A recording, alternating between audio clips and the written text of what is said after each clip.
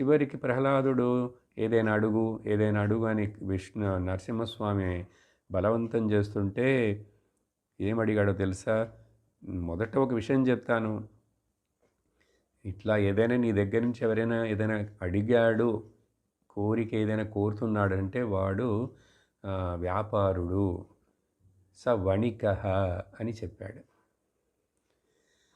అప్పుడు కూడా నరసింహస్వామి ఇంకా ఆ ప్రహ్లాదుని టెస్ట్ చేయాలని పర్వాలేదు సరే ఏదైనా అడుగంటే ప్రహ్లాదుడు ఏమడిగాడు? అది విన్నారా? మీకు గుర్తుందా?